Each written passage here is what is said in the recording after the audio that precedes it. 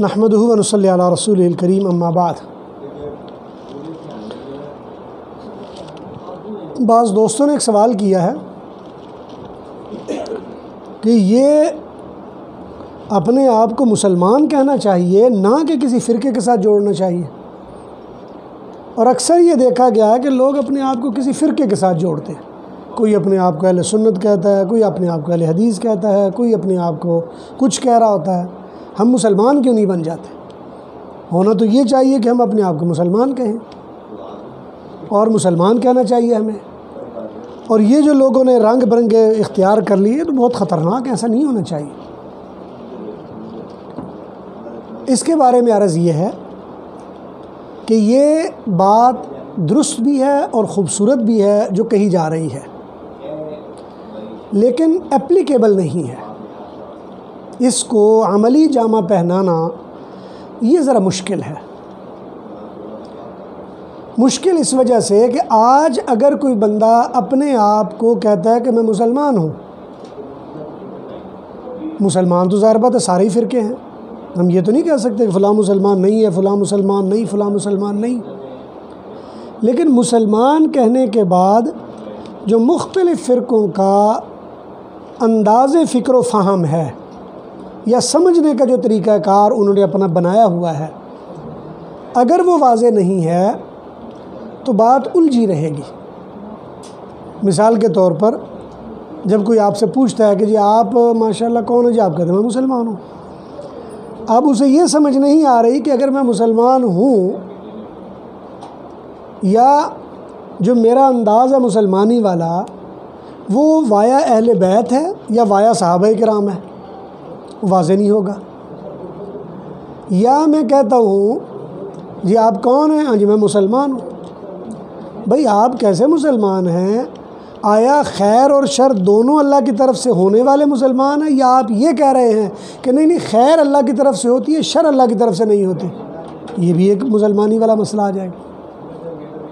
اسی طرح جب آپ سے پوچھا جاتا ہے جی آپ کون سے مسلمان ہیں، آپ یہ کہتے ہو کہ تقدیر اچھی اور بری یہ اللہ تعالیٰ کے ہاتھ میں ہے، یا آپ یہ کہتے ہو نہیں تقدیر جو ہے نا وہ ہے ہی نہیں بلکہ بندے کے اپنے ہاتھ میں ہے، جو مرضی کرے، بندے کو کلی اختیار ہے، آپ وہ والے ہو۔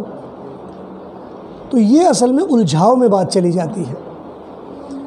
یہی وجہ ہے کہ بعض ائمہ نے لکھا ہے حضور اکرم صلی اللہ علیہ وسلم کے زمانے میں اور صحابہ کرام کے زمانے میں یہ کہنا کہ میں مسلمان ہوں بات واضح تھی، اس لیے کہ اس وقت اسلام کے مد مقابل میں دوسرے مذاہب تھے، عیسائیت تھی، یہودیت تھی، ہندو تھے، دوسرے مذاہب تھے، تو وہاں اسلام بمقابلہ دوسرے ادیان کے تھا، بات آسان تھی۔ لیکن اسلام کے اندر جب لوگوں میں مختلف مسائل میں آپس کے اختلاف پیدا ہوا تو پھر ضروری ہوتا تھا کہ اپنے آپ کو واضح کیا جائے تاکہ جب ڈسکشن ہو پتہ تو ہو کہ اس کا سمجھنے کا معیار کیا ہے، یا یہ بات کو سمجھنے کے لیے کون سا راستہ اختیار کرے گا جو اس کو سمجھ میں آئے گی بات۔ تو یہ مسئلہ پیدا ہوا، لہٰذا دوسرے ہی دور میں 4-5 منہج ایسے وجود میں آ گئے جو مختلف گروہ بن گئے۔ ان میں ایک گروہ تھا جو اپنے آپ کو روافض کہلاتا تھا، ایک گروہ تھا اپنے آپ کو اہل تشیع کہلاتا تھا، ایک گروہ تھا اپنے آپ کو جبریہ کہلاتا تھا، ایک گروہ تھا اپنے آپ کو قدریہ کہلاتا تھا، اور ایک گروہ تھا اپنے آپ کو وہ جہمیہ تھا، ایک گروہ تھا اپنے آپ کو وہ معتزلہ کہتے تھے۔ الگ الگ لوگوں نے بانٹ لیا اپنے آپ کو۔ اب جب لوگوں نے الگ الگ لائنیں بنا لی اپنے لیے تو جو کامن مسلمان تھے ان کے لیے مسائل ہوئے کہ اب ہم کیا بتائیں کسی کو۔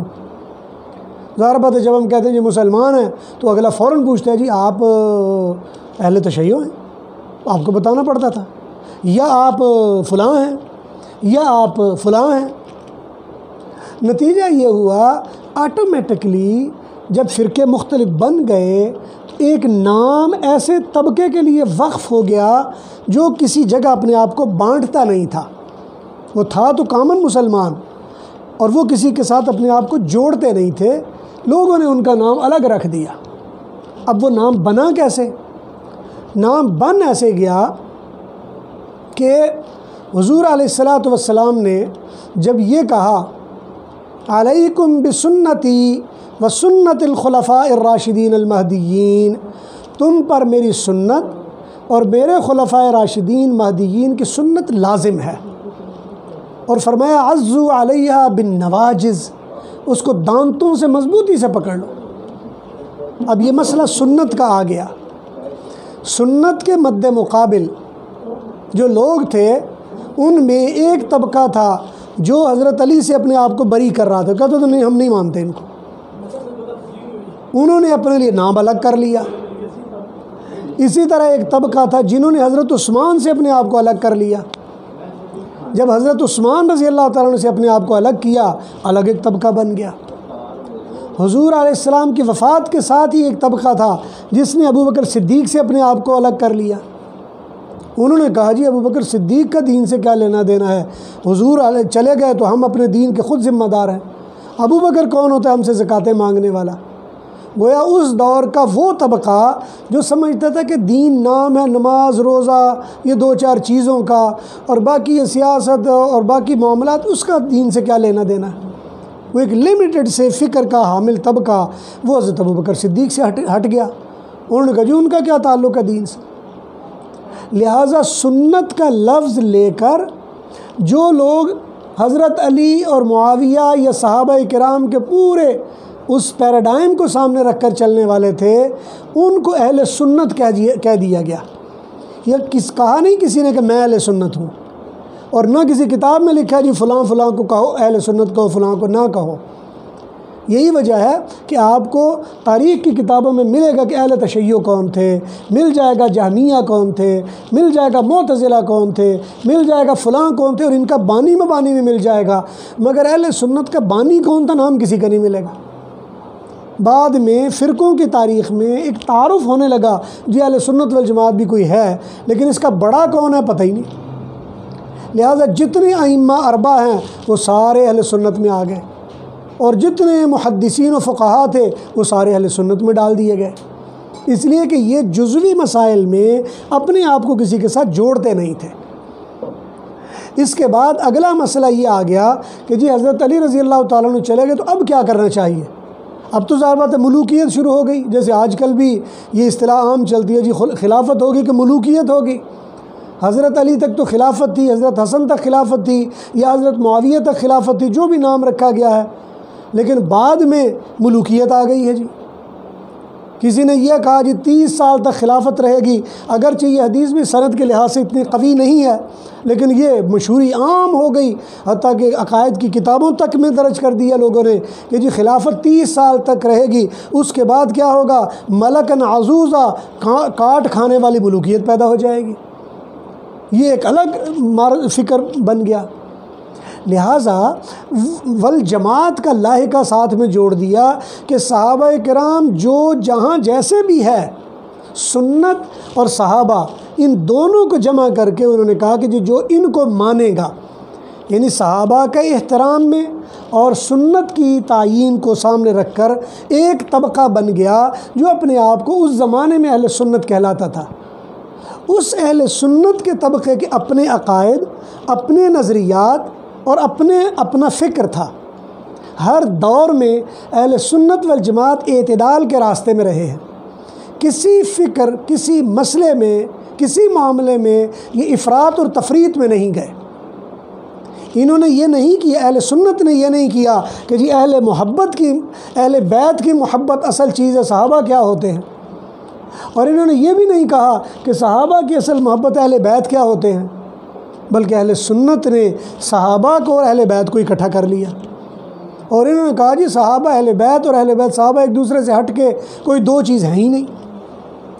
پھر اہل سنت نے دیکھا ایک طرف جبریہ آ گئے جنہوں نے کہا جی بندہ تو مجبور ہے، جو کر ہی کچھ نہیں سکتا، اپنا مجبور ہے، اللہ تعالیٰ نے ظلم کیا ہمارے اوپر، ہمیں انہوں نے مسلمان بنا دیا یا ہمیں کافر بنا دیا، اللہ نے ظلم کرنا ہمارے اوپر، ہمیں جہنم میں ڈالے گا، حالانکہ ہم تو مجبور ہیں، کر ہی کچھ نہیں سکتے۔ اس کے مقابلے میں ایک طبقہ پیدا ہوا اور اس طبقے کا انداز کیا تھا؟ وہ کہتا ہم با اختیار ہے، جو مرضی کر لیں، جب مرضی کر لیں، کوئی روکنے والا ہے؟ لاؤ مجھے چھری دو، جس کے مرضی پیٹ میں مروا لو، جس کو مرضی میں گالی دے دوں، جو مرضی نیکی کر لوں، جو مرضی بدی کر لوں، مجھے کون روکنے والا ہے؟ ایک طرف جبریہ تھے، ایک طرف قدریہ تھے، اور جبریہ اور قدریہ کے درمیان والا ایک راستہ نکالا گیا۔ حضرت علی رضی اللہ تعالیٰ عنہ کو مشہور واقعہ ہے، ایک دن کوفہ کی جامع مسجد میں خطبہ دے رہے ہیں، ایک صاحب کھڑے ہوئے کہ حضرت آپ یہ بتائیں کہ بندہ انسان مجبور ہے کہ وہ خود مختار ہے؟ حضرت علی رضی اللہ تعالیٰ عنہ نے کمال حکمت سے کہا زمین سے اپنی ایک ٹانگ اٹھاؤ۔ اب اس نے ایک ٹانگ اٹھائی، فرمایا کہ اب دوسری اٹھاؤ۔ اب وہ دوسری کیسے اٹھا سکتا؟ دوسری تو اٹھا ہی نہیں سکتا تھا۔ کہا حضرت میں تو گر جاؤں گا۔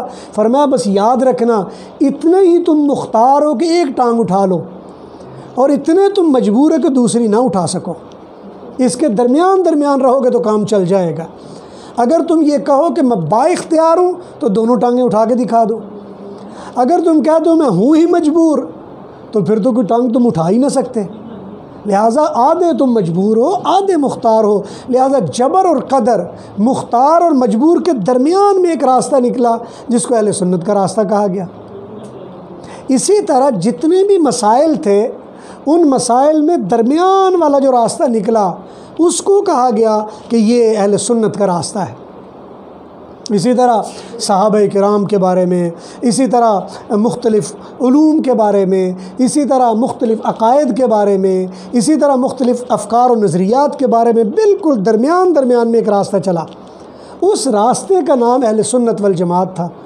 یہ اہل سنت نے کبھی اپنے آپ کو نہیں کہا، یہ اس دور میں اپنے آپ کو اہل سنت کہا جانے لگا ہے، ورنہ لوگ ہمیں اہل سنت کہتے رہے۔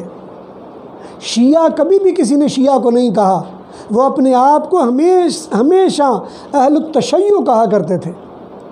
معتزلہ کبھی بھی کسی نے نہیں انہوں نے اپنے آپ کو نہیں کہا، وہ اپنے آپ کو اہل العدل کہا کرتے تھے۔ وہ لوگوں نے ان کا نام معتزلہ رکھا، تو یہ لوگوں کے رکھے ہوئے نام ہیں۔ لہٰذا جب کوئی بندہ ایک خاص فکر کا حامل بنتا ہے، ایک خاص نظریے کا، تو اسے یہ بتا دینے میں بھئی میرا طرز فکر اہل سنت کا ہے، اس میں کوئی قباحت نہیں، رہے گا تو وہ مسلمان۔ اسی طرح وہ کہتا ہے میرا طرز فکر وہ فلاں فرقے والا ہے، تو کوئی حرج نہیں اس میں۔ آج کل اکثر باطل فرقے وہ ایسے لوگوں کو جو بالکل معتدل مزاج ہوں، اہل سنت والجماعت اصل میں ایک معتدل مزاج فکر کا نام ہے، جس میں نہ افراط ہے نہ تفریط ہے، نہ شدت ہے نہ سختی ہے، نہ غصہ ہے اور نہ نرمی ہے، بالکل درمیان میں ہم چلتے ہیں۔ ہم کبھی بھی کسی معاملے میں حد سے نہیں گزرتے اور نہ حد سے نیچے چلے جاتے ہیں۔ ہم صحابہ کی غلطیوں کو ایسے نہیں لیتے کہ ہم ان کو مجرم بنانا شروع کر دیں۔ ہم کہتے ہیں کہ یہ اللہ کے پسندیدہ لوگ تھے، اللہ نے ان سے غلطیاں اس لیے کروائیں کہ ہمارے لیے رہنمائی کا سامان بن جائے، لیکن ان کی غلطیوں کے باوجود وہ جنتی کے جنتی ہی رہیں گے۔ میں لٹھ لے کے کھڑا ہو جاؤں، میں ثابت کرتا ہوں جی کون غلط کون ٹھیک، یہ ہمارا منشا نہیں ہے۔ یہ ہم شروع کر دیں اور جی فلاں جو ہے اس نے ملوکیت کی بنیاد رکھ دی، فلاں اس نے یہ کر دیا، اہل سنت کا یہ انداز نہیں ہے۔ اہل سنت کے ہاں طرز سیاست کوئی ایسی نہیں جو حضور علیہ السلام نے لکھ کر دی ہو کہ تمہارے اندر خلافت ہوگی، تمہارے اندر ملوکیت ہوگی، تمہارے اندر بادشاہت ہوگی، تمہارے اندر جمہوریت ہوگی، تمہارے اندر ڈکٹیٹرشپ ہوگی، تمہارے اندر پارلیمانی نظام ہوگا۔ حضور نے کچھ لکھ کر نہیں دیا اور طے نہیں کیا گیا۔ طے کیا ہے؟ ما رآہ المومنون حسنۃ فہو عند اللہ حسنہ، مومن جو مل کر اپنا طے کر لیں گے اللہ اس میں برکت ڈال دیں گے۔ تو یہ بنیادی طور پر ایک اعتدال والی فکر، ایک درمیان والی سوچ، ایک سب کو لے کر چلنے والا معاملہ ہے۔ اسی لیے اہل سنت کی فکر کے ساتھ ہر بندہ چل سکتا ہے، اس لیے کہ جو افراط والا ہے اپنے اندر تھوڑی سی نرمی پیدا کرے گا سیدھا ہو جائے گا، جو تفریط والا ہے اپنے اندر تھوڑی سی بہتری پیدا کرے گا ٹھیک ہو جائے گا، جو شدت والا ہے اپنے اندر تھوڑی سی نرمی پیدا کرے گا ٹھیک ہو جائے گا، جو بہت ہی ڈھیلا ہے اپنے اندر تھوڑی سختی پیدا کرے گا ٹھیک ہو جائے گا۔ اہل سنت والجماعت جب کہا جاتا ہے اس کا مطلب یہ نہیں ہوتا کہ بریلوی اہل سنت والجماعت ہے۔ اہل سنت والجماعت کا مطلب یہ نہیں ہوتا کہ دیوبندی اہل سنت والجماعت ہے۔ اہل سنت والجماعت جب کہا جاتا ہے اس کا مطلب یہ نہیں ہوتا کہ فلاں فرقہ اہل سنت والجماعت ہے. اہل سنت والجماعت ایک مزاج کا نام ہے جو سراسر اعتدال والا مزاج ہے، جو کسی بھی پہلو میں شدت پر نہیں چلا جاتا، جو کسی بھی پہلو میں انتہا پر نہیں چلا جاتا. اہل سنت والجماعت کا حامل آدمی ایسا نہیں ہے وہ جو کہے نہیں جی نہیں مسئلے سارے قرآن سے ہی حل ہوں گے، کہیں اور سے نہیں ہوں گے. قرآن ہمارے پاس ایک سورس آف نالج ہے، ہماری ایک بنیاد ہے، ایک علم حاصل کرنے کی بنیاد، مسائل حل کرنے کا ایک اصول ہے. لیکن صرف قرآن ہی ہو، اہل سنت اعتدال میں ہے. اس لیے کہ صرف قرآن اللہ نے ایسا نہیں نازل کیا کہ قرآن آسمان سے اتار کر پہاڑ پہ رکھ دیا ہو اور لوگوں کو کہو بھاگو بھئی اپنا اپنا قرآن جا کے لے لو. اللہ کے لیے آسان تھا، جس بندے کو پیدا کیا اس کے ہاتھ میں ایک ایک کتاب دے کے بھی پیدا کر دیتے ہیں. جو اللہ تعالیٰ اتنا خوبصورت انسان پیدا کر سکتے ہیں، اتنی صلاحیتوں والا پیدا کر سکتے ہیں کہ جس کو فخر کائنات بنایا، وَلَقَدْ كَرَّمْنَا بَنِي آدم کہا کہ تکریم آدمیت جس کو دے دی ہے، تو کیا مشکل تھا ایک چھوٹا سا صحیفہ اور 20-25 صفحے یا ایک کتابچہ اس کے ساتھ دے کے ہاتھ میں اسے پیدا کر دیتے، جاؤ بھئی اپنی اس کتاب پر عمل کرنا جاؤ. کیا مشکل تھی اس میں؟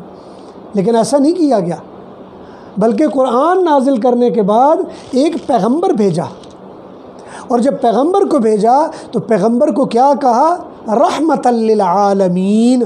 آپ کو جہانوں کے لیے رحمت بنایا ہے، عربوں کے لیے رحمت نہیں بتایا، یا اپنے زمانے کے لیے رحمت نہیں بتایا، جزیرہ نما عرب کے لیے رحمت نہیں بتایا، صرف مسلمانوں کے لیے رحمت نہیں بتایا، رحمت للعالمین، سارے جہانوں کے لیے رحمت بنایا. اور حضور اکرم صلی اللہ علیہ وسلم وہ ہر ایک کے لیے رحمت ہیں، وہ مسلمان ہو یا وہ کافر ہو. حضور اکرم صلی اللہ علیہ وسلم ایک کامن پراپرٹی ہیں ہر انسان کے لیے. وہ انسان کوئی ہو، جہاں بھی ہو، جس انداز میں بھی ہو، حضور اکرم اس کی پراپرٹی ہیں، اور اس انداز میں پراپرٹی ہیں کہ وہ اس کی بے عزتی نہ کرے، وہ اس کی بے احترامی نہ کرے. کامن پراپرٹی کا مطلب ہے اس کا تقدس قائم کرے، اس سے وہ فائدہ حاصل کرے اور اس کے ساتھ اپنا تعلق قائم کرے. اور محمد کریم کے ساتھ جو بھی تعلق قائم کرے گا اور اس کے بعد قرآن کریم سے تعلق قائم ہوگا، آدمی پر ہدایت تو اسی وقت عاشق ہو جائے گی. اسی طرح ہم محمد کریم ہی کو صرف نہیں لے لیتے، انہیں جو قرآن کو چھوڑ دیں، قرآن تو مشکل کتاب ہے، ہم نہیں سمجھ سکتے، بس حضور نے جو حدیثیں ہمیں دے دیں بس وہ کافی ہیں. اب حضور کی حدیثوں کو لے کر کھڑے ہو جائیں، انہیں جو حدیثیں کافی ہیں باقی چھوڑ دیں. ہم کہتے ہیں نہ، قرآن کے بغیر حدیث یا حدیث کے بغیر قرآن یہ بے معنی چیزیں ہیں. لہٰذا حدیث کو بھی ہم لیتے ہیں، پھر حدیث میں بھی ہم سامنے رکھتے ہیں سنت کے پہلو کو، کیونکہ حضور علیہ السلام نے 23 سالہ زندگی میں مختلف عمل لوگوں کو بتائے، لیکن ان مختلف اعمال میں تبدیلی بھی آتی رہی، اس میں ترمیم بھی ہوتی رہی، اعمال منسوخ بھی ہوتے رہے. حضور علیہ السلام کا عام امتیوں کے عمل کرنے کے لیے سنت کا ایک پہلو ہے. لہٰذا حدیثیں زیادہ بھی کسی مسئلے پہ ہو سکتی ہیں، لیکن سنت ایک عمل ہے اور وہ حضور صلی اللہ علیہ وسلم سے پتہ چلے گا. پھر ہم یہ کہیں بس جی ہمارے پاس 2 ہی اصول کافی ہیں، قرآن تو سنت یا قرآن اور حدیث بس کافی، اور ہمیں کسی کی ضرورت نہیں، تو یہ بھی مشکل ہو جائے گی. اس لیے کہ منصب نبوت کو سمجھنے کے لیے اگر کسی نہ کسی صحابی سے تعلق نہیں جوڑا جائے گا تو بات ہی نہیں سیدھی ہوگی. صحابی وہ شخصیات ہیں جنہوں نے منصب نبوت کے تقدس کو قائم کرتے ہوئے دین ہمارے سامنے کر دیا. یہ صحابہ کرام ہیں. پھر صحابہ میں بھی کوئی ایک صحابی مخصوص نہیں ہے، وہ سارے صحابہ کرام ہیں. اس لیے فرمایا بِأَيِّهِمْ اقْتَدَيْتُمْ اهْتَدَيْتُمْ، تم جس کے پیچھے بھی چلو گے تم ہدایت پا جاؤ گے. اس کے بعد دین کے عمل کو مدون کر کے ہمیں جو چیز مل گئی ہے، وہ مدون شدہ جو لوگ ہیں وہ جہاں بھی جیسے بھی ہوں وہ اہل سنت ہیں. مثال کے طور پر امام شافعی نے اپنے طریقے سے مدون کیا، مثال کے طور پر امام احمد بن حنبل نے، امام مالک نے، مثال کے طور پر امام ابو حنیفہ نے اپنے اپنے طریقے پر اس کو مدون کیا. وہ ہمارے لیے قابل احترام ہے. حدیث کو مدون کرنے کے لیے محدثین اپنے اپنے طریقے پر کرتے رہے، وہ ہمارے لیے قابل احترام ہے. ہم کسی کو بھی اس سے بری نظر سے نہیں دیکھتے، احترام کے انداز میں دیکھتے ہیں. تو اہل سنت ایک اعتدال کا نام ہے، ایک معتدل مزاج شخصیت کا نام ہے۔ اس لیے ہمیں چاہیے ہم اہل سنت کے پیراڈائم کو، اہل سنت کے منہج کو، اہل سنت کے پہلو کو سامنے رکھتے ہوئے دیکھیں۔ اللہ تبارک و تعالیٰ سے دعا ہے جو کچھ کہا گیا سنا گیا اللہ تعالیٰ اپنی بارگاہ میں قبول فرمائے اور ہمیں اس کے مطابق اپنے آپ کو ڈھالنے کی توفیق نصیب فرمائے۔ وآخر دعوانا ان الحمد للہ رب العالمین۔